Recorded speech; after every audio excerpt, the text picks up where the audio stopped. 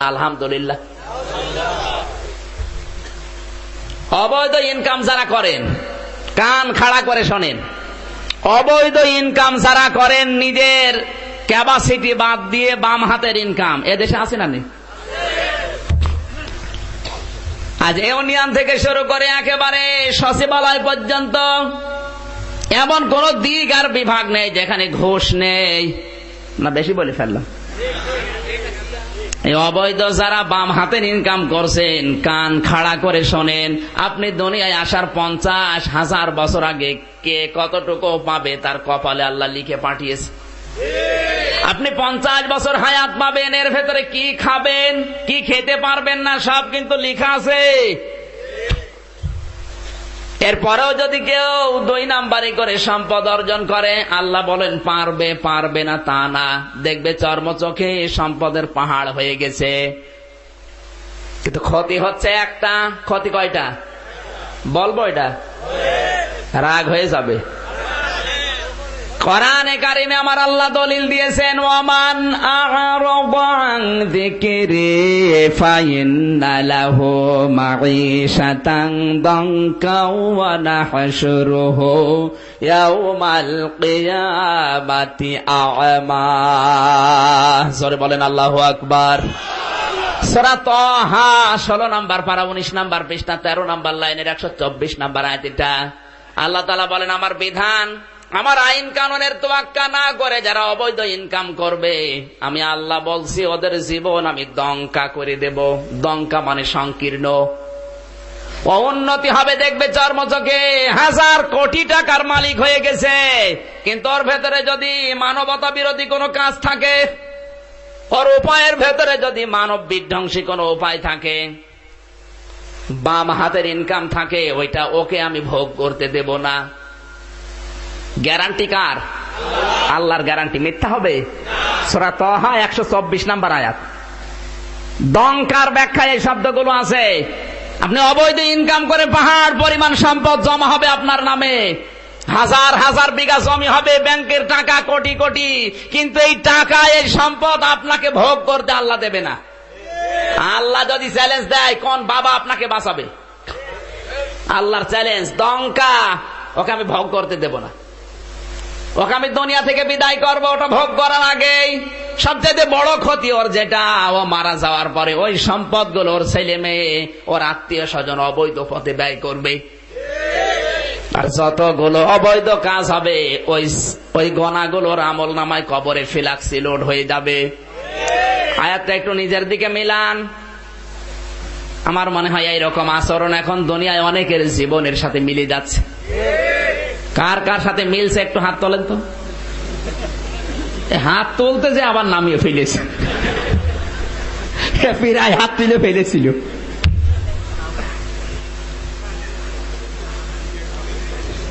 কেউ বোঝেন নাই আয়াতটা, অথচ আমি আয়াতটা পড়ার পরে আমার মনে হচ্ছে আমি সহ এখানে হাজারো মানুষ যারা বসে আছি, এই অবৈধ টাকা অবৈধ ক্ষমতা ভোগ করার কোন সম্ভাবনা আমার নেই, কারণ হায়াত আমার অতদিন নেই। দঙ্কার ব্যাখ্যায় আরো গুরুত্বপূর্ণ শব্দ আছে।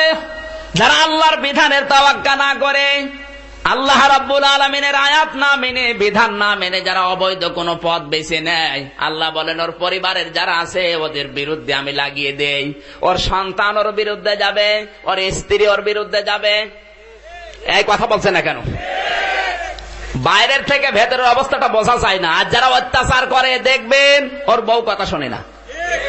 আপনি খোঁজ খবর নিয়ে দেখবেন ওর বউর লাইন অন্য জায়গায়, ছেলে ডাল খায়, মেয়ে খায় অন্য কিছু। এই কথা বলছে না কেন?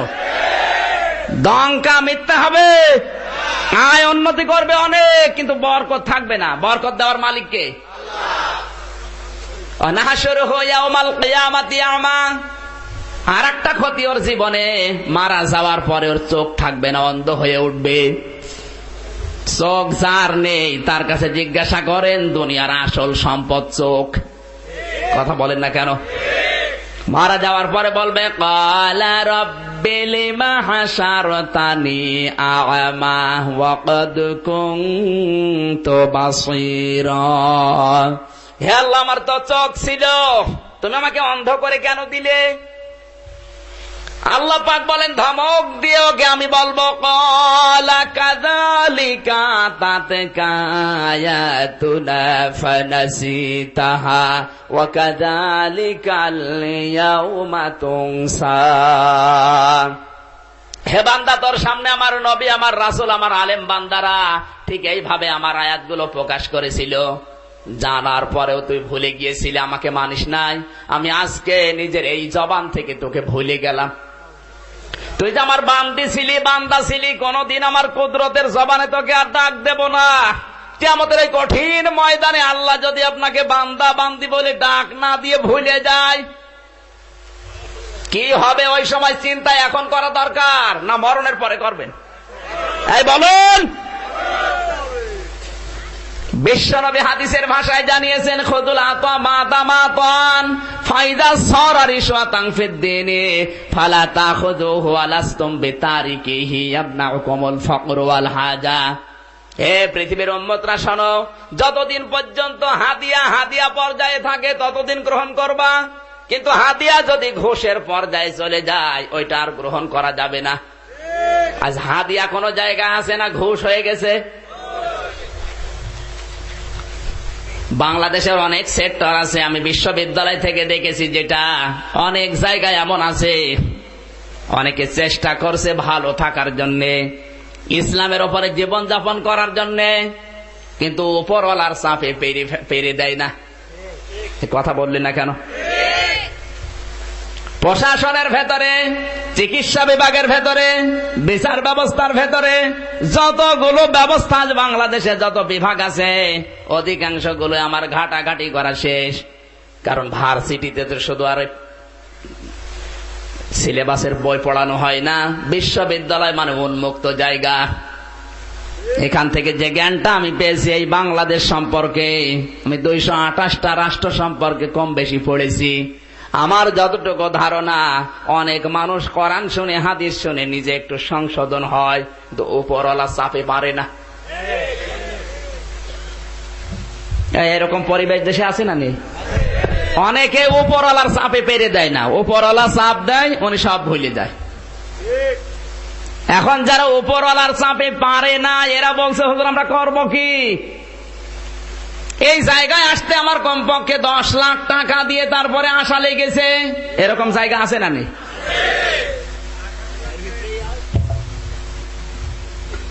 যে লোকটা উপর থেকে চাপ দিচ্ছে, উপরওয়ালা মানে মনে হয় আল্লাহ তাআলা। উপরওয়ালা মানে কি? যারা দায়িত্বে আছে স্টেপ বাই স্টেপে, আমি থানার ওসি, এসপি সবগুলোকে পড়িয়েছি আগে। বাংলাদেশের প্রায় 8 জন ওসি আমার ছাত্র। এদের কাছ থেকে যেটা দেখেছি, চেষ্টা করলে অনেকে পেরে দেয় না। উপরওয়ালা এক টেলিফোনে উল্টাপাল্টা করে ফেলে। জীবনের ঝুঁকি নিয়ে এত কষ্ট করে হিরোইন ধরে নিয়ে আসে, উপরওয়ালা হ্যালো ছেড়ে দিতে বাধ্য। এরকম জায়গা আছে না নেই? আজ ক্লিনিক গুলোর দিকে তাকান, হাসপাতালগুলোর দিকে তাকান, বিচার ব্যবস্থার দিকে তাকান। একটু তাকালে দেখবেন চেষ্টা করছে নিচের লোকটা, কিন্তু উপরওয়ালার হ্যালোতে সব গেল। এই জন্য কিয়ামতের ময়দানে সবচাইতে বেশি শাস্তি হবে যারা উপরওয়ালা। কুল্লুকুম রাঈন ওয়া কুল্লুকুম মাসউলুন আন রাইয়াতিহি। আল্লাহর নবী বলেন প্রতিটি মানুষ কিন্তু দায়িত্বশীল, যার দায়িত্ব যত বড় তাকে ওই সম্পর্কে আগে প্রশ্ন করা হবে, এরপরে জান্নাত। এই বাগমারা থানায় যিনি দায়িত্বে আছেন, যতগুলো কর্মচারী তার আন্ডারে কাজ করে, কিয়ামতের ময়দানে ওসি সাহেবকে আল্লাহ এতগুলো সেনা সম্পর্কে প্রশ্ন করবে, তারপরে তার জান্নাত। কথা বলছে না কেন? যে যত বড় দায়িত্ব নিয়ে বসে আছে, কিয়ামতের দিন তাকে অত বড় প্রশ্ন করা হবে। আমি আমির হামজা, আমারে আল্লাহ বলবে তোর স্ত্রী আর তোর ওই ছোট্ট 2.5 বছরের মেয়ে মাওয়া, এদের সম্পর্কে বল, যদি জবাব দিতে পারি জান্নাত। আমার উপরে যারা আছে, একজন এমপি 2.5 লাখ থেকে 3 লাখ মানুষের দায়িত্ব নিয়েছে। এই 3 লক্ষ মানুষের জীবন সম্পর্কে তাকে তাদের অধিকার যদি নষ্ট হয় জবাব দেওয়া লাগবে, তারপরে জান্নাত। 16 কোটি মানুষের দায়িত্ব নিয়ে আছে প্রধানমন্ত্রী। কিয়ামতের দিন 16 কোটি মানুষ সম্পর্কে আল্লাহ তাকে প্রশ্ন করবে, তারপরে জান্নাত। এই কথা বলছেন না কেন? আপনি নিজেরটা নিজে মিলান, কতটুকু দায়িত্ব নিয়ে আপনি আছেন। ইসলাম বিরোধী যারা পৃথিবীতে যুগে যুগে বিদায় নিয়েছে, আব্রাহার চিন্তায় ছিল নিজে এই কাজটা না করলে আসল কাবা ভাঙা যাবে না। এজন্য নিজে নিজে আগুন লাগিয়ে সকালবেলা পত্রিকায় দিয়েছে, সংবাদ ছড়িয়েছে, আমার কাবা ভেঙেছে ওই কাবার মালিকরা। আমি ওই কাবা ধ্বংস না করলে আমার জানের স্বাদ মিটবে না, মনের স্বাদ মিটবে না। 60,000 পদাতিক বাহিনী হাতি নিয়ে, বিশাল বিশাল বাহিনী নিয়ে আসতেছে। মক্কা শরীফে প্রবেশ করে ওয়াদিয়ে মুহাসসার নামক জায়গায়, কাবা শরীফ থেকে মাত্র 3.5 কিলোমিটার একটু ফাঁকে। এই জায়গাটায় আসার পরে ডাক দিয়েছে। এই কাবা শরীফের খাদেম কে কে?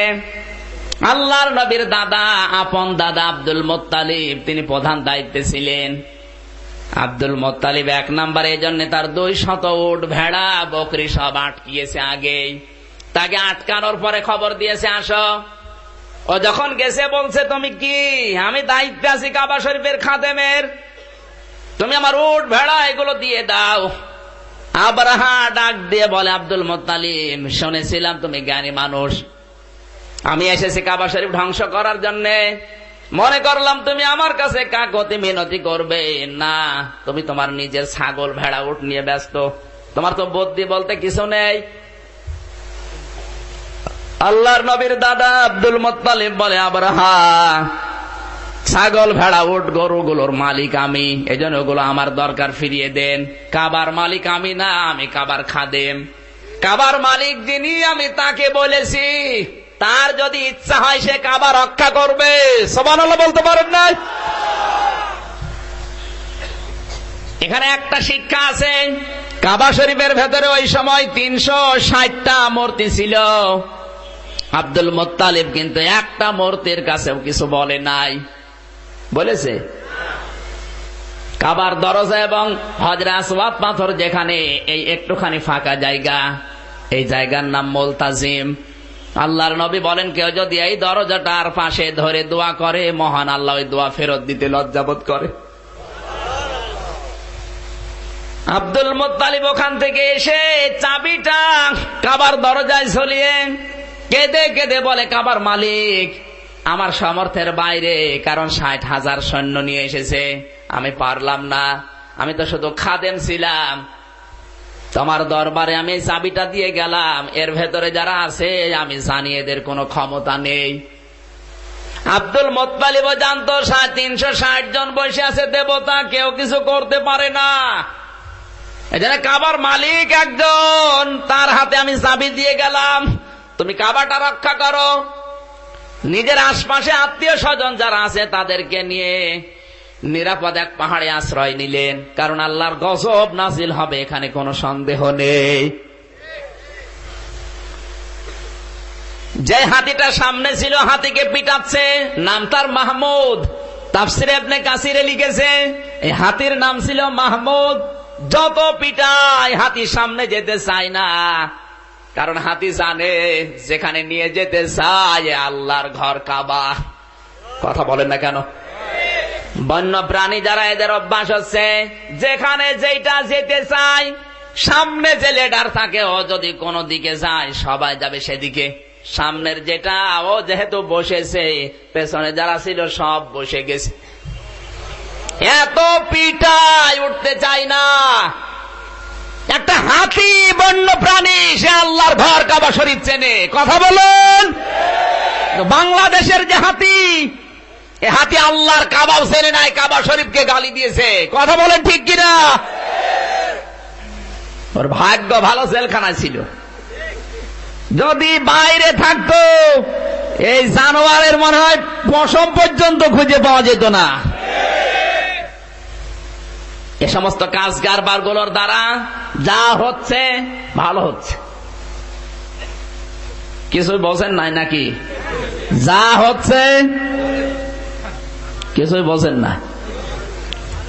উদাহরণ দিলে বুঝবেন, ভালো হয় নাই মানে এবার কান লাগান। এক বাদশা যাচ্ছে শিকার করতে, সাথে ছেলে তার এক উজির। শিকার যারা করে যে তার টার্গেট নেয় ওই দিকে তাদের খেয়াল, অন্যদিকে খেয়াল নেই। কথা বলছে না কেন? আমি একজন পাখিওয়ালার সাথে মিশতাম কিছুদিন, একবার গেলাম তার সাথে পাখি মারার জন্য, এদের রাজশাহীতে বাড়ি। ও পাখি টার্গেট নিয়েছে, পাখি ওর সব, আমাদের কথা মনে নেই। পাখি যেখানে উড়ে বসে ও সেই দিকে যায়। বাচ্চা যাচ্ছে হরিণের দিকে টার্গেট করে, হঠাৎ আঙ্গুলের ভেতরে এক পোকা কামড় দিয়েছে। পোকার কামড়ের যন্ত্রণায় অস্থির হয়ে গেছে। ডাক দিয়ে বলে, উজির আমি তো আর বাঁচি না, রাজ দরবার পর্যন্ত যেতে যেতে মারা যাব, এক কাজ করো, কি বুদ্ধি করবা করো। উজির বলছে, বাদশাহ বুদ্ধি এখানে আর কি করা যায়, আপনি আঙ্গুল এইভাবে ধরেন, আমি কোপ মেরে আঙ্গুলটা কেটে ফেলি। এখন তো বাঁচা লাগবে, আঙ্গুল যেভাবে ধরেছে এক কোপ দিয়ে আলাদা করে ফেলিস। আঙ্গুলটা নাচতেছে, জিন্দা আঙ্গুল, ওটা পকেটে তুলে নিয়েছেন। ডাক দিয়ে বলে, বাদশাহ এবার কেমন লাগবে? কেমন লাগে মানে, আগে তো ছিলাম এক যন্ত্রণায়, এখন যন্ত্রণা আরো বেড়েছে। লতা পাতা দিয়ে তাড়াতাড়ি করে বেঁধে দিয়েছে। উজির যন্ত্রণা যেই বেড়েছে, কথা ভালোভাবে বলা তো দূরের কথা, বলছে, বাদশাহ যা হয়েছে ভালো হয়েছে। ওর মাথা ঠিক আছে, যেই বলেছে যা হয়েছে ভালো হয়েছে, ওর রাগ গেছে বেড়ে, কিছু বলতে পারছে না, আঙ্গুল নেই। ডাক দিয়ে বলছে, ঠিক আছে চল।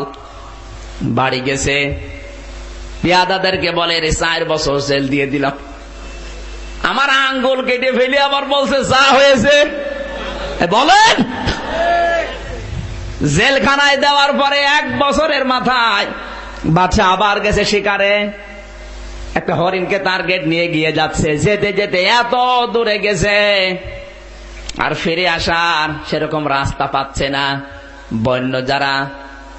বন্য মানুষ যারা ডাকাত গ্রেফতার করে নিয়ে গেছে ওদের এলাকায়, বন্য মানুষদের ইচ্ছা ছিল, ওদের ওই এলাকার কাজ ছিল, নতুন কোন মানুষ যদি কেউ পায় ওকে জবাই করে গোশত ভাগ করে খায়। বাদশাকে পেয়েছে নতুন মানুষ, সন্ধ্যাবেলা জবাই হবে, ওবা আনন্দে আছে। কিন্তু ওদের ধর্মীয় যে কিতাব, ওই কিতাবের বর্ণনা অনুযায়ী কোন খোতলা মানুষকে ওরা জবাই করে না। মাথা থেকে পা পর্যন্ত দেখতেছে কোন খোত আছে কিনা। হঠাৎ আঙ্গুলের দিকে তাকিয়ে দেখে আঙ্গুল নেই। বলে, তোর আঙ্গুল কই? বলে, আঙ্গুল আগে কাটা হয়ে গেছে। বলে, এটা তো আমাদের খাদ্যই না, যারা আঙ্গুল নেই, এটা খোতলা জিনিস, আমরা খাই না, ছেড়ে দিলাম। বাচ্চা আজও দৌড়, কাইলো দৌড়, রাজ দরবারে এসে বলছে, আমার উজিরকে বের করে নিয়ে আয়। কেন? উজির যখন এসেছে বলছে, এই হয়েছিল আমার, এতক্ষণ আমি কাবাব হয়ে যেতাম, আমার আঙ্গুল নেই, এই জন্য আমি বাঁচতে পেরেছি। উজির বলছে, বাদশা এই জন্যই তো বলেছিলাম যা হয়েছে। বাদশা বলছে, উজির শোন, আমার নাই আঙ্গুল কাটা ছিল, এই জন্য বেঁচে গেছি, যা হয়েছে ভালো হয়েছে বুঝলাম, কিন্তু তোরে তো আমি বিনা কারণে 4 বছর জেল দিয়ে দিলাম, খালি হিংসার বশবর্তী হয়ে রাগ সহ্য করতে না পেরে তোরে জেলে দিলাম, এর ভেতরে উপকার কি?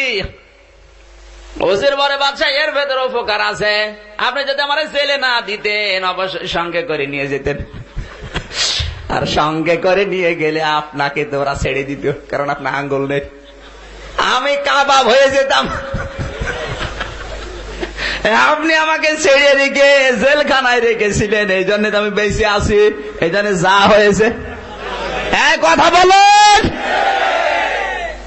যে কয়জন যাচ্ছে আফসোস করার দরকার নেই, যা হচ্ছে ভালো হচ্ছে, কারণ এর মাধ্যমে বাংলাদেশে ইসলাম বিরোধী করা প্রমাণ হয়ে গেছে।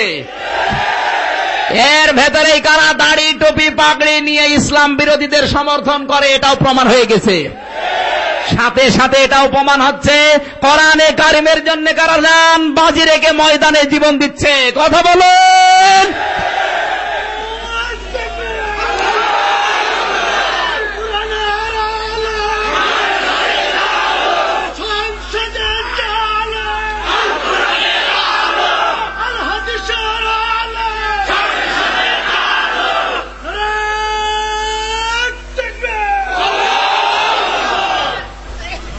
যা হয়েছে আর বলা লাগবে?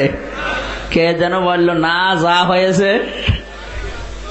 ভালো হচ্ছে। ওয়ালিয়া'লাম আল্লাহুল্লাযীনা আমানু ওয়া ইয়াত্তাখিযা মিনকুম শুহাদা ওয়াল্লাহু লা ইউহিব্বুয যালিমিন। সূরা আলে ইমরান 140 নম্বর আয়াত, 4 নম্বর পারা 6 নম্বর পৃষ্ঠা 15 নম্বর লাইনে আছে। আল্লাহ বলেন কিছু মানুষকে আমি পছন্দ করি, এই মানুষগুলোর জীবন আমি আল্লাহর কাছে ভালো লাগে, তখন এদের শাহাদাতের মরণ দিয়ে আমার কাছে নিয়ে আসি। এটা যুবক মানুষ চলে যাচ্ছে আর অনেক শয়তান চামড়া জড়ো হয়ে যায়, আজরাইল দেখে না ওরে। কথা বলেন, ওর মরণ আছে, ও মরবে না। জীবনটা আল্লাহর কাছে যাওয়ার জন্য আল্লাহর পছন্দ হওয়া লাগবে। আমার ভাইরা, আল্লাহ রাব্বুল আলামিন জান্নাত থেকে এক দল আবাবিল পাখিকে জাহান্নামের কিছু পাথর ওদের মুখে 2 পায়ের সাথে লাগিয়ে বললেন, যাও, আমার কাবা ধ্বংস করার জন্য এসেছে, ওই জায়গায় ওদেরকে পিষে ফেলো। আল্লাহ রাব্বুল আলামিন বলেন, পাখিগুলো শুধু এসেছে, একটা একটা করে পাথর শুধু ছেড়ে দেয়। তাফসীরে কিন্তু প্রতিটি পাথরের গায়ে লেখা ছিল, এটা পড়বে অমকের বাবা অমকের বাবার গলায়, এটা পড়বে অমকের ছেলে অমকের ছেলের গলায়। যেই পাথরের গায়ে যার নাম লেখা আছে ওইটা ওর উপরেই পড়ে, যেখানে পড়ে ওই জায়গা দিয়ে পাতলা পানি বের হয়ে মারা যায়। এমন ভাবে মিশে যাচ্ছে মনে হচ্ছে এখানে কিচ্ছু নেই, মাটির সাথে মিশে তুষ হয়ে গেছে। এ গজব কার? গজব কার? একটা পাখি লক্ষ্য করে দেখে আমার মুখে এই পাথরটা, কিন্তু এর যে নামটা লেখা ওই লোকটা কই, ওরে খুঁজে পাওয়া যাচ্ছে না। ও দৃশ্য দেখে আগেই পালিয়েছে। পাখি ওকে দেখছে দৌড়াচ্ছে, ওর পেছনে ধাওয়া করতে করতে যে দেখে এক গাড়িতে এক ঘরের ভেতরে প্রবেশ করছে, পালাচ্ছে। ওই ঘরের বারান্দায় পাথরটা মুখ থেকে ছেড়েছে, ওখানেই মারা গেছে। আমার আল্লাহর গজব যদি একবার চলে আসে, ঘরে পালিয়েও কোল পাওয়া যাবে না। নবীজিকে আল্লাহ রাব্বুল আলামিন শুধু আয়াতটা তেলাওয়াত করে শোনানোর উদ্দেশ্য না, আবু জেহেল, আবু লাহাব, উতবা, সাইবাকে আল্লাহ স্মরণ করাচ্ছেন, হে কাফেরের গোষ্ঠী, নবীজি দুনিয়ায় আসার 50 দিন আগে এই ঘটনা আমি তোদের পূর্বপুরুষদের সাথে ঘটিয়েছি। বেশি বাড়াবাড়ি যদি করো তোমাদেরকে আমি আল্লাহ ছাড়বো না।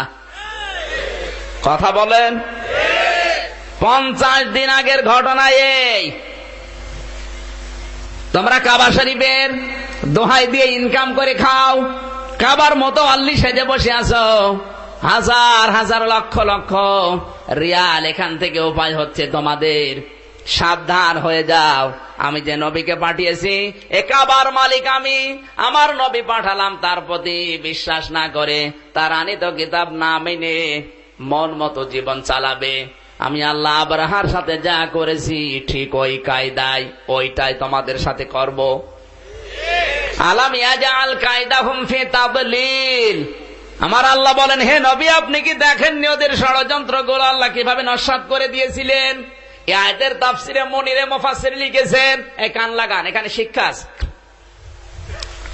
আল্লাহ রাব্বুল আলামিন বলেন, বিশ্ব নবী মুহাম্মদুর রাসূলুল্লাহ সাল্লাল্লাহু আলাইহি সাল্লাম জেলখানায় বন্দী হয়েছে মাত্র কিছুদিন হয়েছে। জেলখানা থেকে ওরা ছেড়েছে, যেই দিন ছেড়ে দিয়েছে তার পরের দিন এই আয়াতগুলো আল্লাহ নাজিল করে নবীকে সান্ত্বনা দিচ্ছেন। জেলখানায় যখন ছিল,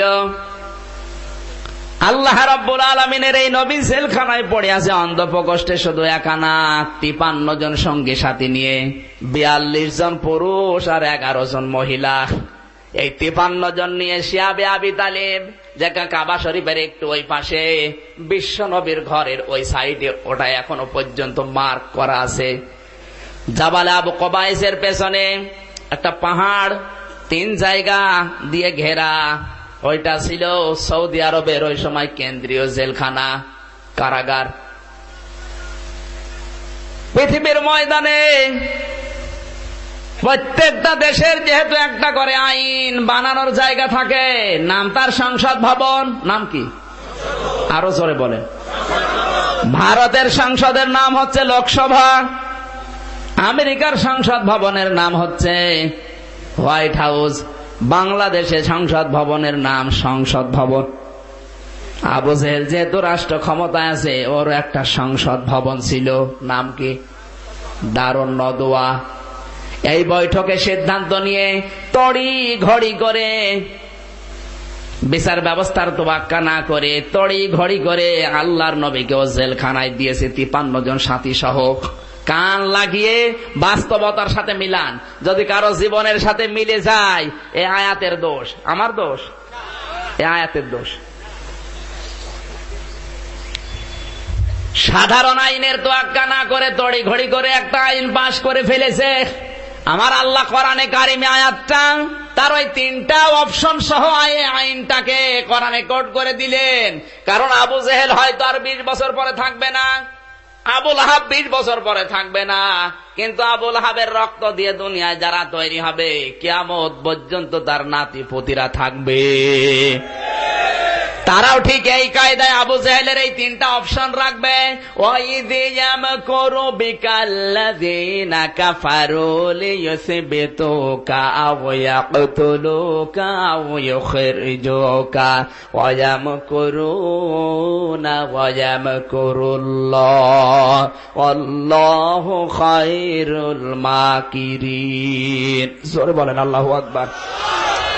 সূরা আনফাল 9 নম্বর পারা 19 নম্বর পৃষ্ঠা 5 নম্বর লাইন 6 নম্বর লাইনের 30 নম্বর আয়াত। এটা আল্লাহ পাক বলেন, হে নবী স্মরণ করো ওই সময়ের কথা যখন আবু জেহেল সাধারণ আইনের তোয়াক্কা না করে 3টা আইন ওর সংসদে পাশ করে ফেলেছে তড়ি ঘড়ি করে।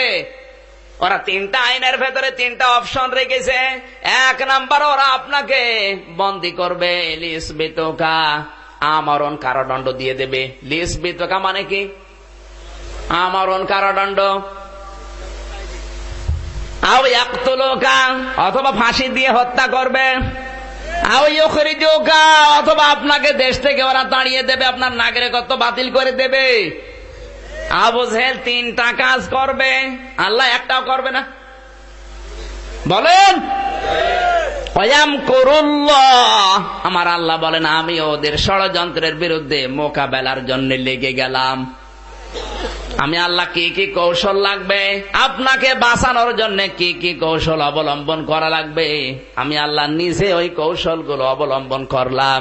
আল্লাহু খায়রুল মাকিরিন, আল্লাহ সব চাইতে বড় কৌশলী। জোরে বলেন আল্লাহু আকবার। আল্লাহর চাইতে বড় কৌশল আছে দুনিয়ায় কারো? ওরা 50 বছর পরে কি করবে, 50 ঘন্টা পরে কি সিদ্ধান্ত নেবে, ওটা আমি আল্লাহ আগেই জেনে ফেলেছি। আমার রাসূল এর বিরুদ্ধে কি করা লাগবে, সেই ষড়যন্ত্র, সেই কৌশল আমি আল্লাহ নিজেই 50 বছর আগেই রেডি করে রাখি। নবীজি জেলখানায় আছেন, তড়ি ঘড়ি করে 3টা আইন পাশ করে 1 নম্বরে তাকে জেলখানায় দিয়ে আবু জেহেল মানুষকে জানিয়েছে মোহাম্মদকে শাস্তি দেওয়া জাতীয় দাবি। কি দাবি বলেন? যুগে যুগে যারা আবু জেহেলের চিন্তা নিয়ে রাষ্ট্র চালাবে, এরাও কিন্তু কোরআনের প্রচার যারা করবে, প্রসার যারা করবে, তাদেরকে ঠিক তড়ি ঘড়ি করে এইভাবে আটকিয়ে বলবে জাতীয় দাবি। আপনি একটা একটা করে খাপে খাপে মিলাবেন, মিলে যাবে না এই হাদিস বাদ দিয়ে দেব, এই আয়াত বাদ থাকবে। জাতীয় দাবি বলে প্রচার করছে, মানুষ স্তব্ধ হয়ে গেছে। তাই তো জাতীয় দাবি তো। আল্লাহর নবী জেলখানায় আছেন, খাওয়া দাওয়া বন্ধ করে দিয়েছে। কেউ যদি কিছু নিয়ে যেতে চায় তাকে পর্যন্ত জেলখানায় ঢুকিয়ে দেয়। আজও পৃথিবীতে অনেক রাষ্ট্র এমন আছে, কোরআনওয়ালাদের সাথে আবু জেহেল যারা, তারাই আচরণ করে। এদের খোঁজ খবর নেওয়া দূরের কথা, দেখতে যাওয়া দূরের কথা, যারা যাবে তাদেরও ভিতরে ঢুকিয়ে দেয়। আমার আল্লাহ বলেন ওয়ায়ামকুরুনা ওয়ায়ামকুরুল্লাহ, আমার যে চক্রান্ত, আমার যে কৌশল, কি এটা? এবার কান লাগান। আবু জেহেলের প্রধান উপদেষ্টা নাম তার হিশাম ইবনে আমর। নাম কি? বয়স 82 বছর। 4 দিন ওর ঘুম আসে না। কয়দিন? চেহারা ফ্যাকাশে হয়ে যাচ্ছে। 4 দিন যখন ঘুম আসে না, স্ত্রীর কাছে বলছে, দেখো আমার ঘুম আসার না আসার কারণ আছে। কি কারণ? মোহাম্মদকে আমরা ভালো মানুষ বলে প্রচার করেছি, আমরাও জানি। ওর সাথে যে 53 জন মানুষকে আমরা আটকিয়েছি, প্রত্যেকটার চরিত্রই তো ভালো। আবু বকরের মতো মানুষ হয় না, হযরতে ওসমান, তালহা, জুবাইরের মতো মানুষ হয় না, কিন্তু তাদেরকে আমরা আটকে রেখেছি। মাঝে মাঝে আমার ব্রেনের ভেতরে কে যেন চিন্তা ঢুকিয়ে দেয়, এই চিন্তা মনে হয় লা তো জামানাত দিচ্ছে। কে? আল্লাহ বলেন আমার ষড়যন্ত্র পুরা ভিন্ন। আবু জেহেলের প্রধান উপদেষ্টা নাম হচ্ছে হিশাম ইবনে, বলেন। স্ত্রীর কাছে যখন বলেছে, স্ত্রী বলে চুপ করো, তুমি এই কথা আর উচ্চারণ করবা না, কারণ আবু জেহেল যদি তোমার এই কথা জানতে পারে তোমাকে বাদ দিয়ে দেবে। হিশাম ইবনে আমর বলে বাদ দিয়ে দেয় দিক, আমি তো নিজেই বাঁচি না, তুমি একা কি করবে? আমি একা না, আমার এই মনের কথাগুলো আমি একজনকে জানাবো। ওই রাতে শীতের সময় লাঠি ভর দিয়ে বুড়া মানুষ কাঁপতে কাঁপতে গেছে, যার কাছে গেছে তার নাম জুহাইর ইবনে আবু উমাইয়া। ও ছিল আবু জেহেলের এমন মানুষ, যখন যা বলেছে ওই লোকটা তাই করেছে। যদি বলে আমাকে খুন করা লাগবে, খুন করে ফেলেছে। এরকম দেশে কিছু মানুষ পাওয়া যায় না, পাওয়া যায় না? বলেন না কেন? এই জুহাইর ইবনে আবু উমাইয়া ছিল ওই রকম লোক। ওকে দিয়ে যে কত হত্যা করিয়েছে শুধু আবু জেহেল জানে আর ও জানে। গোপন হত্যার জন্য ওকে ব্যবহার করা হতো। লাঠি ভর দিয়ে দিয়ে ওই দেশে এমনিতেই দিনের বেলা গরম আর রাতের বেলা শীত, ঠোক ঠোক করতে করতেছে, ওর দরজায় কড়া নেড়েছে। খোলার পরেই দেখে লোকটা সামনে দাঁড়িয়ে। বলে কে তুমি, ঘুমাওনি কেন? বলে ঘুম আসে না। বলে আমার তো একই অবস্থা। কে অবস্থা? ঘুম আসতেছে না আমার, আর 4 দিন আমার শরীরও খারাপ হয়ে যাচ্ছে। একটা মাত্র কারণ, মোহাম্মদকে ওরা নজরবন্দি করেছে, এখন শুনছি হত্যা করার জন্য ষড়যন্ত্র করছে আবু জেহেল। আমি আর 4 দিন কি হয়েছে জানি না, আমার আর ঘুমই আসে নাই। আমি যদি আর কয়েকদিন এভাবে থাকি আমি এমনিতেই মারা যাব। জুহাইর ইবনে আবু উমাইয়া বলে আমার তো একই অবস্থা। এ ছিল নবীজি মুহাম্মদুর রাসূলুল্লাহ সাল্লাল্লাহু আলাইহি সাল্লামের 3 মাস ছোট উম্মে আইমান, নাম শুনেছেন? হ্যাঁ, আল্লাহর নবী যেই দিন মারা যান, আল্লাহর নবীর মা যেই দিন মারা যান, ওই দিন উম্মে আইমানের হাতে নবীকে তুলে দিয়েছিলেন। এই জুহাইর ইবনে আবু উমাইয়ার মা ওই উম্মে আইমানের বোন। বিশ্ব নবীকে ওই দিন নবীজির মায়ের কাছ থেকে নিয়ে এসে উম্মে আইমান জুহাইর ইবনে আবু উমাইয়ার বাড়িতে উঠে তার মায়ের কাছে লালিত পালিত করেছিলেন 6 মাস।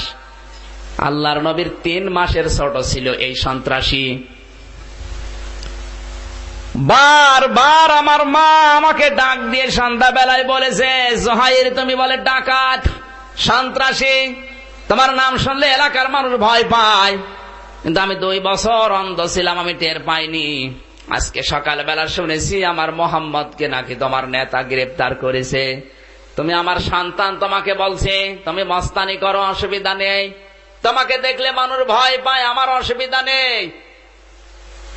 মোহাম্মদ কিন্তু তোমার ভাই, তোমাকে আমি 3 গুণ ভালোবাসা যদি আমি ভাগ করি, 1 ভাগ তোমার ভাগে যাবে, 2 ভাগ আমার মোহাম্মদ পাবে। কারণ 6টা মাস আমি তাকে বুকের ভেতরে রেখে মানুষ করেছিলাম। তোমাকে আমি শেষ পর্যায়ে একটা কথা বলি, তুমি যদি মুহাম্মদুর রাসূলুল্লাহকে মুক্ত করে জেলখানা থেকে নিয়ে এসে আমার সামনে না নিয়ে আসতে পারো, আমি মা হয়ে বলছি, আমি যদি মারা যাই আমার মুখ তুমি দেখবে না। জুহাইর বলে নেতা আপনি এসেছেন, আমার একই অবস্থা, আমার মা আমাকে ওসিয়ত দিয়েছে আমাকে নিয়ে যাওয়াই লাগবে। বলে আমরা 2 জনে হবে না, চলো আর একজনের কাছে যাই। 2 জন মিলে রাতের বেলা গেছে।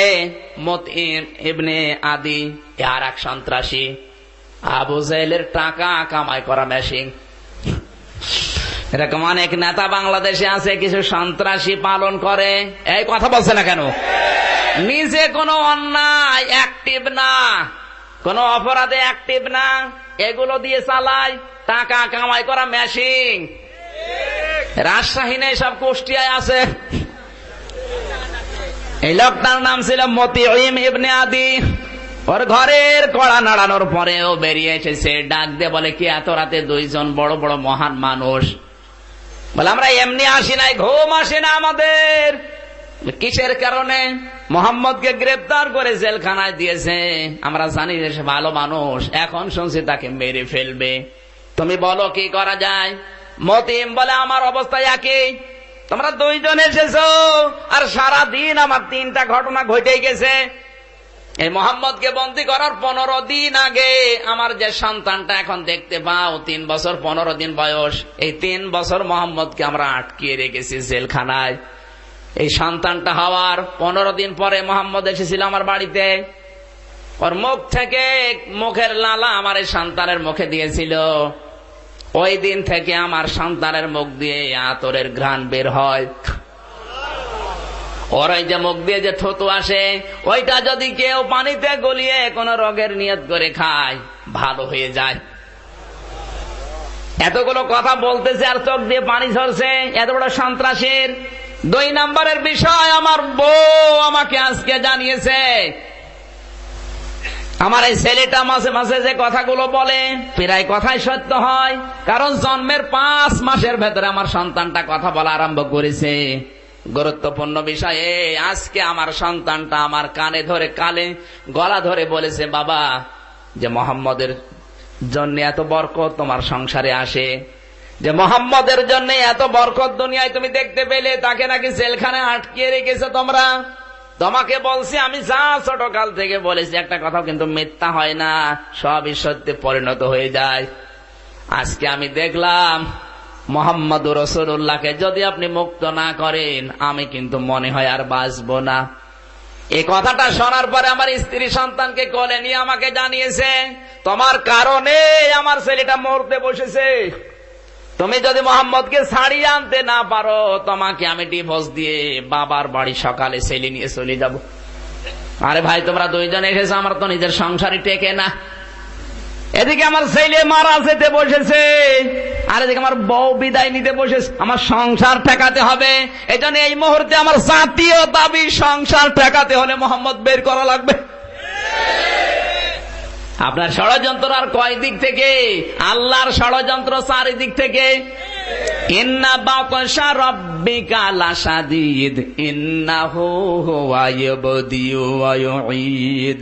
আল্লাহ বলেন, আমি কাউকে ধরি না, ঢিল দিতে থাকি, কিন্তু যদি কাউকে ধরি ওরে আর ছাড়ি না। কথা বলুন। আল্লাহর ধরা দেখেছেন? ফেরাউনকে ধরেছিল, চুবিয়ে মেরেছে। আপনাকে ধরার জন্য ফেরাউনের মতো পানিও লাগবে না, শুধু পেটের ভেতরে যা দেন ওইটাকে বলবে একটু নরম হবে না, আর বেরও হবে না, পেটের ভেতরে মারা যাবেন। এখানে যা আমরা গিলতেছি, যা পেটের ভেতরে দিচ্ছি, যা বিভিন্ন জায়গায় দেওয়া হচ্ছে, আন্দাজ করে দেওয়া দরকার তল দিয়ে বের হবে কিনা। অনেকে আন্দাজে আটি গেলে, আমের আটি, রাজশাহী আমের আটি যদি কেউ আন্দাজে গেলে পেছনের মাপ না বুঝে, ওর খবর আছে না? চিড়িয়াখানায় এক স্বামী আর স্ত্রী গেছে, একটা কলা হাতে করে দাঁড়িয়ে আছে। বানর কলাটা নিয়েছে, মুখে না দিয়ে দিয়েছে পেছনে। স্ত্রী বলছে, আমার স্বামী আমারে দিল, আমি না খেয়ে দিলাম বানরকে, আর মুখে দেবে না দিয়ে পেছনে দিলে হয়তো বিয়াদব বানর, এর মালিকও বিয়াদব। কোথায় এই মালিক? মালিক এসে বলছে, আপা চিল্লাবেন না, আপনাদের মতো আগে কয়েকদিন আগে কয়েকটা লোক এসেছিল, ওরা আমার বানরকে একটা আম দিয়েছে, রাজশাহীর ন্যাংরা আম। ও আমটা নিয়ে আমার বানর একবারেই মুখে দিয়েছে, তো পেটের ভেতর থেকে আর বের হয় না। এত কষ্ট পাচ্ছে আমার বানর, 3 দিন খাওয়া দাওয়া বন্ধ। শেষ পর্যন্ত রাজশাহী লক্ষ্মীপুরে নিয়ে ওর পেছনে চিড়ে আম বের করি, ওই আটি। এরপর থেকে আমার বানরকে যারা কিছু দেয় ও আগে মুখে দেওয়ার আগে পেছনে দিয়ে দেখে যে বের হবে কিনা। হাসির খোরাকি দেয়নি। যা করছেন, যতটুকু করছেন হিসাব করে করা দরকার, যে আটি আবার বের হবে কিনা। অনেকে আন্দাজে হাউমাউ করে খেয়ে ফেলে, বের হওয়ার চিন্তা নেই। তিনজন মিলে বলে, দেখো আমাদের সংসার ঠেকাতে হলে এখন এই করা লাগবে। তিনজনে হবে না, চলো আমরা আর একজনের কাছে যাই। যার কাছে যাচ্ছে ওর নাম মুখতার ইবনে হিশাম। ও ছিল আবু জেহেলের বডিগার্ড, খালাতো ভাই। 1 মাস ধরে অসুস্থ পড়ে আছে। তিনজন যে এই ঘরে যায় ধাক্কা দিয়েছে। কে? আমরা তিনজন। নাম বলেছে, বেরিয়ে এসেছে। কে এত রাতে ঘুমাওনি কেন? বলে ঘুম আসে না। আজ 1 মাস অসুস্থ, কোন ঔষধে কাজ হয় না, নেতার কাছে যেতেও পারি না, আমার চাকরিও যাই, কিন্তু আমার মা আজকে উটনির কিছু দুধ আর মধু এটা আমার হাতে দিয়ে বলে, দেখো টাকা পয়সা তো খরচ করলাম কম না, এক কাজ করো, মোহাম্মদ যেই কালেমার দাওয়াত দেয় ওই কালেমা পড়ে মধুটা খাও। পড়তে মন চাচ্ছিল না, তারপরও পড়ে মধুটা খেয়েছি। 1 ফোঁটা মধু ভেতরে যেতে দেরি, আমার অসুখ ভালো হতে দেরি হয়নি। 1 মাস আমি ঘুমাতে পারিনি। আজকে যখন মধু খাওয়ার পরে মোহাম্মদের কলেমায় কাজ হয়েছে, আনন্দে আমার ঘুম আসে না। তাহলে কি করতে চাও? করবো আর কি, মোহাম্মদকে মুক্ত করা লাগবে। যার কলেমায় আমি ভালো হয়ে গেছি, গ্রহণ করে নিলে আমার দুনিয়া ভালো হয়ে যাবে। ঠিক আছে চলো। 4 জন মিলে হবে না, আর একজনকে লাগবে।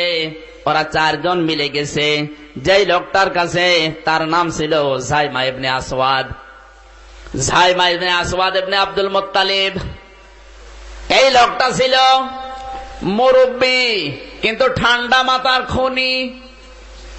ঠান্ডা মাথার খনি বাংলাদেশে আছে না নেই? ইসলামের বিপক্ষে বুদ্ধি দিত, বুড়া খুনে, কিন্তু বুদ্ধি বের করতো সব।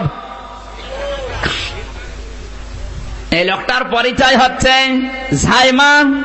জাইমার যে মা হযরতে হালিমা সাদিয়া রাদিয়াল্লাহু তাআলা আনহার ছোট বোন। আল্লাহর নবী মুহাম্মদ রাসূলুল্লাহ যখন হালিমার বাড়িতে থাকতেন, এই জাইমার মা যুবতী মানুষ, তখন মাঝে মাঝে হালিমার বাড়িতে এসে রাত কাটাতো, বিশ্ব নবীকে কোলে নিয়ে আদর করত।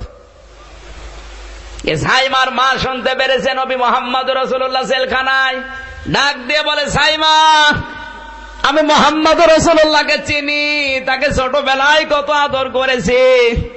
শুনলাম জেলখানায় আছে তোমাদের সরকারের আন্ডারে, তোমাকে বলছি আমি মা হয়ে, তুমি সরকারের দলে আছো, যদি এই মুহূর্তে তাকে মুক্ত করে আমার কাছে নিয়ে আসতে না পারো, আমি মা হয়ে বলছি তোমার কোনোদিন পরিচয় আর দেব না। কারণ আমি গত রাতে স্বপ্ন দেখেছি মুহাম্মদ মারা গেছে। ধরে বলেন নাউজুবিল্লাহ। লোকটা বলে, ভাই আমি করবো কি, তোমরা 4 জন এসেছে, এদিকে আমার সংসার, আমার মা আমার নামে বরদোয়া দিতে আছে। আজকে এই ভেতরে যদি আমি বের করতে না পারি, কিন্তু আমি যাবো কি করে? ওর কাছে গেলে তো উল্টা বুঝবে। 5 জন মিলে একটা পাহাড়, হাজ্জান নামক পাহাড়ের উপরে উঠেছে। আপনি লিখে নেন, হাজ্জান নামক পাহাড়ের উপরে 5 জন রাতের বেলা হাতের উপরে হাত দিয়ে শপথ বাক্য পাঠ করছে। এই যে 5 জন এক জায়গায়, বিবেক এবার খাড়া করেন। এই যে 5 জন এক জায়গায়, হিশাম ইবনে আমর, জুহাইর ইবনে আবু উমাইয়া, মুতঈম ইবনে আদি, মুখতার ইবনে হিশাম আর জাইমা ইবনে আসওয়াদ। এই 5 জন একটাও কি মুসলমান? আরো জোরে বলেন। তারা মুসলমান না, তাদের ভেতরে ঈমান ছিল না, কিন্তু বিবেক ছিল। বলেন, কিন্তু আজ অনেক মুসলমান ঈমানদার, বিবেক নেই না? বেশি বলছি। ওরা কাফের হয়ে নবীকে বাঁচানোর সিদ্ধান্ত নিয়ে 5 জন মিলে হাজ্জান নামক পাহাড়ে শপথ গ্রহণ করছে, যদি বাঁচাতে না পারি বাড়ি ফিরে যাব না।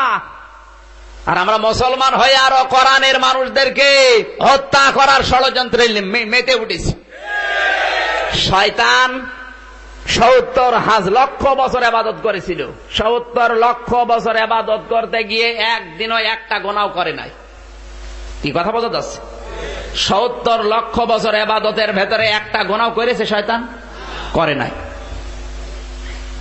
ও কিন্তু আল্লাহ বিরোধী ছিল না, আল্লাহর একটা হুকুম শুধু লঙ্ঘন করেছে। কথা বলছে না কেন? আর অনেক মানুষ আছে শয়তানের চাইতে বড়, আল্লাহর বিধান তো মানেই না, আর মানে যারা তাদেরকে অত্যাচার করে। তুমি তো শয়তানের চাইতেও খারাপ। জিন শয়তান যারা আছে ওদেরকে 4 কুল পড়ে আয়াতুল কুরসি পড়ে ফু দিলে চলে যায়, আর মানুষ শয়তান যাবে? 4 কুল না, পুরা কোরআন শরীফ পড়ে ফু দিলেও যেতে চায় না।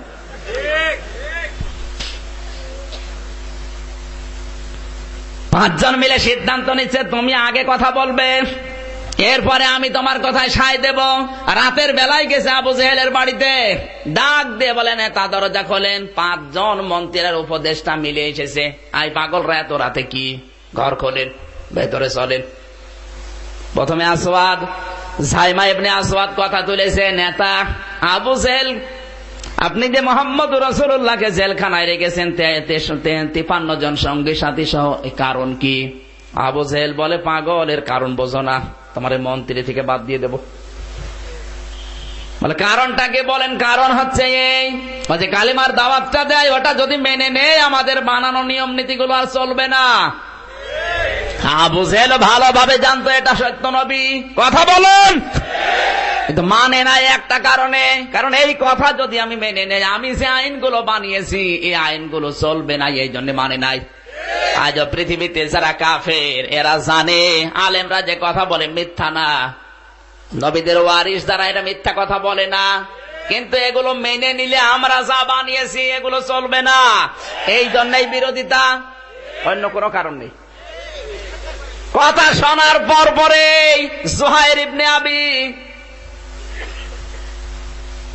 ইবনে আবি উমাইয়া ডাক দিয়ে বলছে, নেতা কোন কারণে বন্দী করে রেখেছেন তো বুঝলাম, কিন্তু ছেড়ে দেবেন কিনা? বলে তুমি কি পাগল হয়ে গেছে? ছেড়ে দিলে ওর যে সমর্থন ছিল আরো বেড়ে গেছে দেশের ভেতরে। আগে ছিল 10 গুণ, এখন হয়েছে 90 গুণ। এখন ছেড়ে দিলে লোক সবর পেছনে যাবে, আমাদের হাড় গুটি আলাদা করে ফেলবে। বলে হাড় থাকে থাক, না থাকে না থাক, এই যে তরবারি যদি চাবি না দাও এখানে তোমাকে দিয়ে শুরু করব। আবু জেহেল বলছে দরকার নেই, পাঠিয়েছে, পালিয়ে গেছে। এবার সে প্রধান উপদেষ্টা হিশাম ইবনে আমর, মুরব্বী, 82 বছর বয়স, বলছে মুরব্বী আমারে বাঁচান। বলে বাঁচাবো কি করে, চাবি দিয়ে দাও। আবু জেহেল বলছে কথার সুর তো সব একরকম, কথার সাইজ টাইজ সব একরকম, সব পরামর্শ করে এসেছো, আমি বাঁচাতে পারলাম না, তাড়াতাড়ি চাবি দাও। তোমার কথায় কত মানুষ হত্যা করেছি আমি নিজেও জানি না, তুমি জানো আমার তরবারি যদি একবার কারো পরে ওঠে ওটা আর ফেরত যায় না, যদি এই কাজ না করো সঙ্গে সঙ্গে তোমাকে এই মাথা নিয়ে মোহাম্মদ রাসূলুল্লাহর পায়ে দেব। তাড়াতাড়ি ভয়ের চোটে চাবি দিয়ে দিয়েছে। চাবিটা নিয়ে 5 জন চিৎকার করতে করতে দৌড়াচ্ছে জেলখানার দিকে। বিশ্ব নবীকে আজ মুক্ত করা হবে। মক্কার বৃদ্ধ লোকেরা লাঠি ভর দিয়ে দৌড়াচ্ছে, মক্কার মেয়েরা যারা দুধ পান করতো, ছোট ছোট বাচ্চারা, মা ডাক দিয়ে বলে বাচ্চা দুধ পান পরে করবি, আগে মোহাম্মদ রাসূলুল্লাহর মুক্তি হবে, চলে মুক্তির মিছিলে শামিল হয়। আমার ভাইরা এখান থেকে শিক্ষা বের হয় এটাই, আপনি মস্তানি করবেন, দল করবেন, কোন অসুবিধা নেই, ঈমান আপনার না থাকে না থাক, বিবেক তো আছে। নিরপরাধ কোন মানুষের উপর অত্যাচার হলে আপনার বিবেকটা অন্তত কাজে লাগান।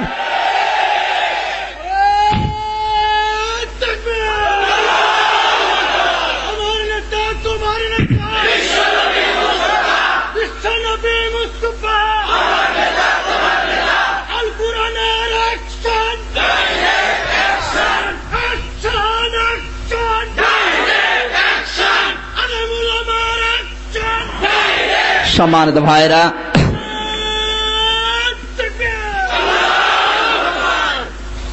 হিশাম ইবনে আমর তার স্ত্রীর কথা, সম্মানিত মা বোন যারা এসেছেন, আপনি কোন দল করেন ওটা আমার দেখার দরকার নেই। স্ত্রী হিসাবে আপনার দায়িত্ব, আপনার স্বামী যদি কোনো দলে থাকে তাকে বলেন নিরপরাধ মানুষের, মুসলিম মানুষের পাশে দাঁড়াতে। একজন কাফেরের স্ত্রী হয়ে স্বামীকে পাঠিয়ে দিচ্ছে, আর মানে মুসলমানের স্ত্রী হয়েও নিজের স্বামীকে একটু উদ্বুদ্ধ করতে পারেন না।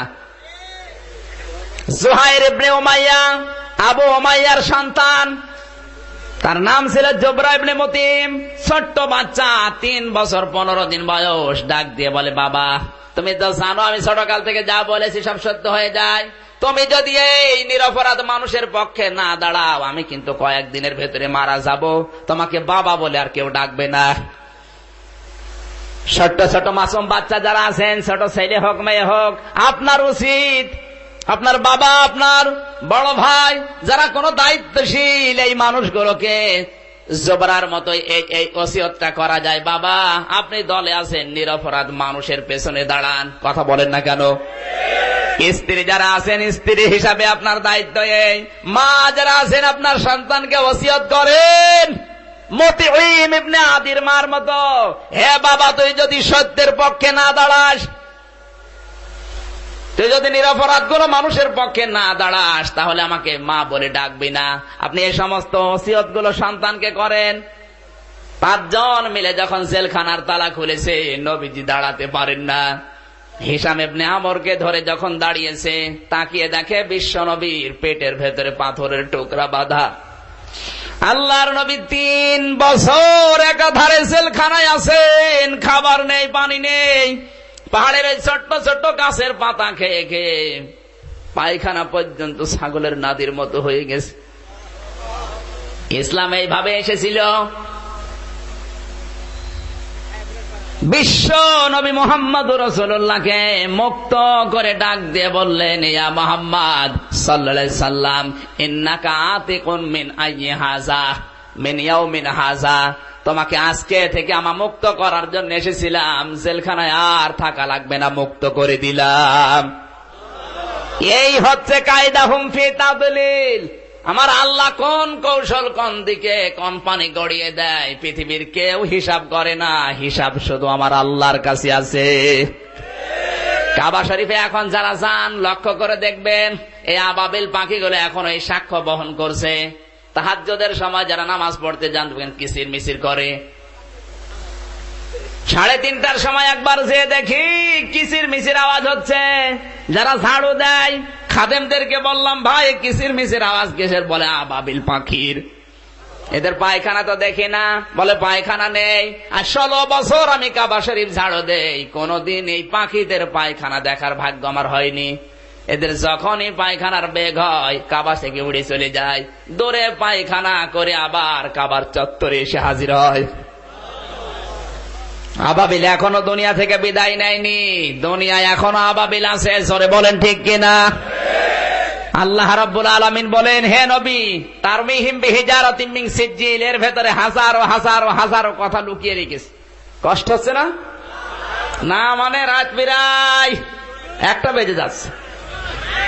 সম্মানিত ভাইরা, আল্লাহ রাব্বুল আলামিনের এই আযাব, শাস্তি কিয়ামত পর্যন্ত, যেহেতু কোরআনের আয়াত কতদিন পর্যন্ত? কিয়ামত পর্যন্ত। ওইদিকে লক্ষ্য করে সত্যের পক্ষে, মাজলুমের পক্ষে থাকার জন্য আহ্বান জানিয়ে আজকের মতো শেষ করলাম। আমিন। বারাকাল্লাহু লানা ওয়া লাকুম ফিল কোরআনিল আযীম। আসসালামু আলাইকুম ওয়া রাহমাতুল্লাহ। আল্লাহুম্মা আমিন। ربنا ظلمنا أنفسنا وإن لم تغفر لنا وترحمنا لنكونن من الخاسرين। রব্বুল আলামিন, হাট গাঙ্গপাড়া, বাগমারা, রাজশাহী, এ বিশাল মাহফিলে তাহাজ্জুদের নামাজের সময় এসে গেছে। আল্লাহ সূরা ফিলের কথাগুলো আমরা শুনেছি। তোমার যে কৌশল, মেহেরবানি করে আমাদের বাস্তব জীবনে তুমি দেখাও।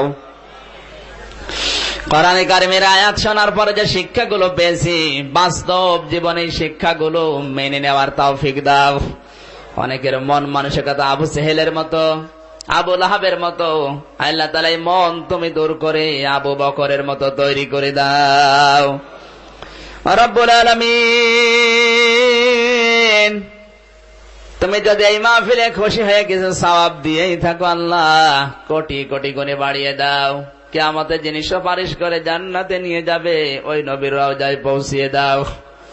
তামাম দুনিয়ার মাটির নিচে যারা ঈমান নিয়ে ঘুমিয়ে গেল, আল্লাহদেরকে ক্ষমা করে দাও। মা বাপ যারা হারিয়ে ফেলেছে, আল্লাহ তুমি আমাদের মা বাপকে মাফ করে দাও। মাহফিলের আয়োজন করতে গিয়ে তোমার যে বান্দা বান্দিগুলো পরিশ্রম দিয়েছে আল্লাহ, হাফেজ মাওলানা আব্দুর রশিদ, আল্লাহ তাআলা বড় ভাই রাজাউল করিম, নাম না জানা যত সদস্য যুবক ভাইরা, হাফিজুর রহমান ভাই সহ যত যুবকেরাই মাহফিলের জন্য শ্রম দিয়েছে, এই যুবকদেরকে তোমার কুদরতের কোলে ওমারের মতো তুলে নাও। আল্লাহ তাআলা তোমার যুবক বান্দারা কোরআনের জন্য খেদমত দিয়েছে, স্বেচ্ছাসেবকের দায়িত্ব পালন করেছে, এই যুবকদেরকে যেই মা পেটে নিয়েছিল কোরআনের ইজ্জতে পেটটা কবুল করে নাও। প্রশাসনের যে ভাইগুলো আমাদের এই মাহফিল পাহারা দিয়েছে, আল্লাহ তাআলা এদের ছেলে মেয়ে স্ত্রী পুত্র মা বাবাকে তুমি পাহারা দাও, এদের জীবনটা আরো সুন্দর করে দাও। বাংলাদেশের মানুষদেরকে পাহারা দেওয়ার জন্য যারা দায়িত্ব পালন করে, তুমি এদেরকে পাহারা দিয়ে দাও। মাহফিলের জন্য যারা টাকা দিয়ে পয়সা দিয়ে শ্রম দিয়ে সময় দিয়ে যে যেইভাবে কোরআনের মাহফিল সফল করার জন্য এসেছে, আল্লাহ তাআলা তোমার রহমত নিয়ে তুমি ওইদিকে এগিয়ে যাও। আজকের মাহফিলের সম্মানিত সভাপতি, প্রধান অতিথি, বিশেষ অতিথি সহ নাম না জানা যত মানুষ এসেছে, প্রতিটি মানুষের জন্য তোমার দরবারে দোয়া করি, কবুল করে নাও। আমাদের রোগ শোক যাদের আছে ভালো বানিয়ে দাও। ডাক্তারকে টাকা না দিয়ে, কবিরাজকে টাকা না দিয়ে, এই টাকাগুলো তোমার দিনের জন্য খরচ করার তৌফিক দাও। ছেলে মেয়ে যাদের লেখাপড়া করছে, আল্লাহ মেহেরবানি করে মেধা স্মৃতি খুলে দাও। পর্দার আড়ালে মা বোনেরা আসে, আল্লাহ তাআলা এদেরকে সুহাইর ইবনে আবি উমাইয়ার মায়ের মতো ভূমিকা পালন করার তৌফিক দাও। ছোট্ট ছোট্ট মাসুম বাচ্চা যারা আছে, জোবরার মতো দায়িত্ব পালন করার তৌফিক দাও।